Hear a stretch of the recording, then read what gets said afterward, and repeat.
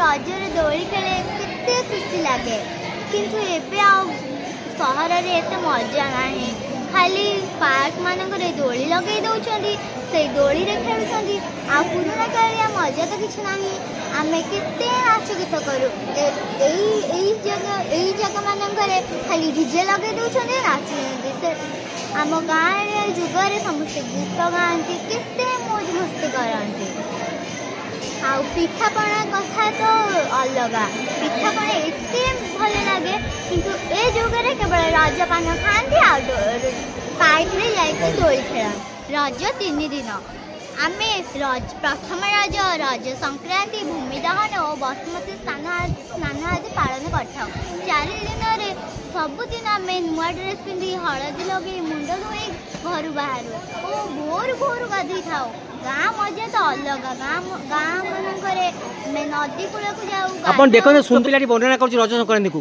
आपन देखुं प्रवासी ओडिया एठारे आपन देखुं प्रवासी मानकर विभिन्न कथा को आम चैनल माध्यम आपण मान को जनाऊँ अपन ना कौन आज्ञा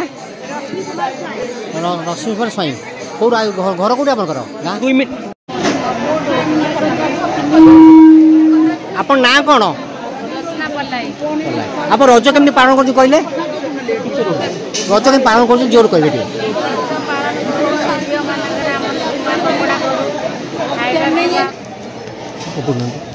अपन ना कौन जोस्ना पलाई आपण केमती रज पालन कर कहले रज में नुआ कपड़ा करू भाईंदे रे रहउछु 20 वर्ष ला बम्बई रे रहउछु गाँ कौटी आपनकर गाँ भद्रक जिला भद्रक आपन रज पालन करंदी ना हां रज आपन केमती पालन करंदी कहले बम्बई केमती रज ए वर्ष आपनकर केमती रज पालन करिवे जियो मानकर पिला मानकर समस्तिकर हमने नुआ कपड़ा पिंधु पोड़ पिठा करू भल खाइबा घरे बनाऊ माने सब रजर नियमटा आम पालन करूँ जमी आम ओडिशा सब करती सेमती करूँ सब प्रकार करूँ पिला छुआर सब बुलाबुली करती खुशीबासी हमें समस्ते आजरे गाँ कथा मन पड़े नहीं हाँ गाँ कथा तो गाँ तो जापारूना ये रहू ये स्कूल चालू हुए पिलांगर ये रही रज पालन मन था रजरे कटे किसी घटना कहले गाँव में दोली खेलू यही तो मन दोली खेलू गाँव में खाइबा बुलू गाँव में नुआ कपड़ा ड्रेस पिंधि गाँव में झील बेले आम एमती सब एंजय करूँ सांगसाथी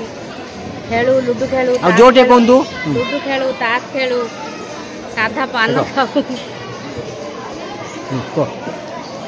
एमती करू पालन ये तो बहुत गाँव को आम मिस करूँ भी आम भलरे करूँ मन पड़े ना मन पड़े बहुत मन पड़े ओडिया भौणी माने केमती रज पालन करुछंती मु आज अच्छी भाईंदर जगन्नाथ मंदिर रे ताको पचारि बुझुची केमती रज पालन करिवे शुणु तांको मोहरु से एते दूरे रहिले पर भी आम रज पर्वपर्वाणी छाड़ी नांती एटी केमती पालन करिवे भौणी कहउछंती शुणु रज प्रथम रज दिन पोड़ पिठा हम शाढ़ी पिंधबू रंग पिंधबू पान खाइबू आउ शनिवार फास्ट रज पड़ू ना कि आबनी रज हम आउ निरामिष हम कौन सुप्रिया परिड़ा घर कौटी आमर जाजपुर आम भुवनेश्वर जयदेव जयदेव हाँ फिर भी आम मुंबई आमर हजबैंड रोज ना से आसलु बुलिया बुलिया रोना हाँ रोज ना 10 वर्ष कहले रज संपर्क में मन था कि अनुभूति आपनकर रज रजर दोलीटा बेस मन पड़े रज दोली आउ कबाड़ी खेल नदी की भोर जो गाधेवा को जाती से कबाड़ी खेलटा मन पड़े बाली जो खेल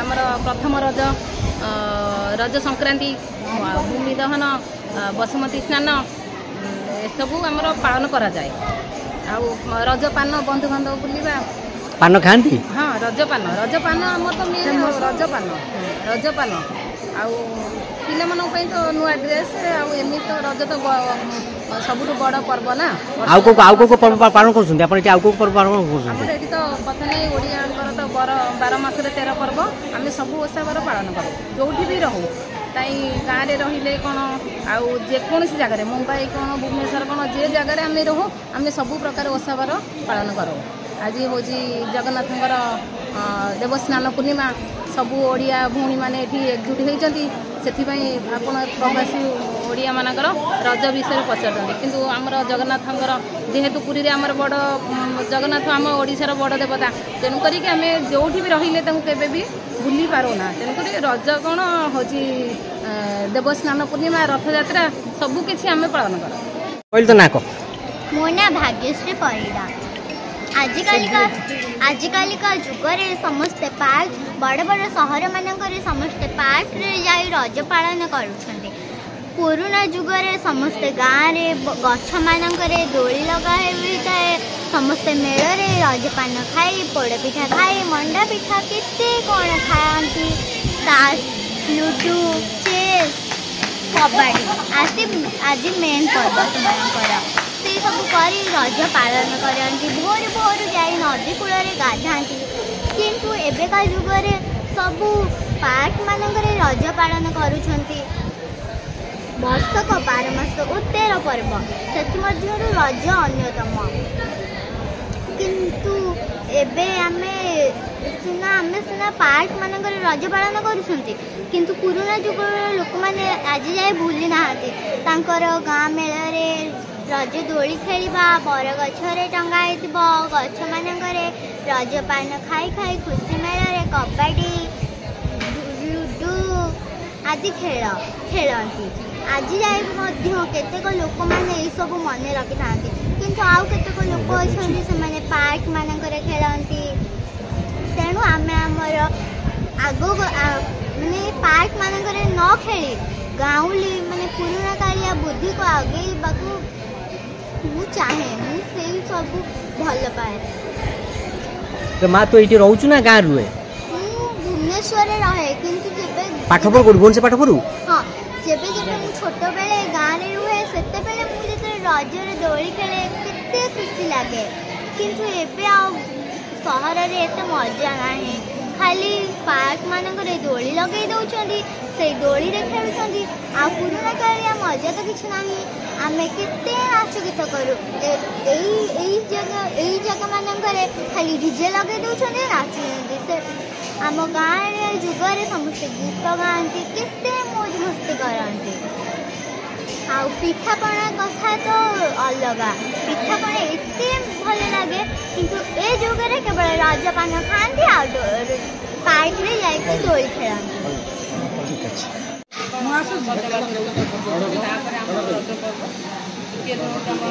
ସଂକ୍ରାନ୍ତି ରହୁଛି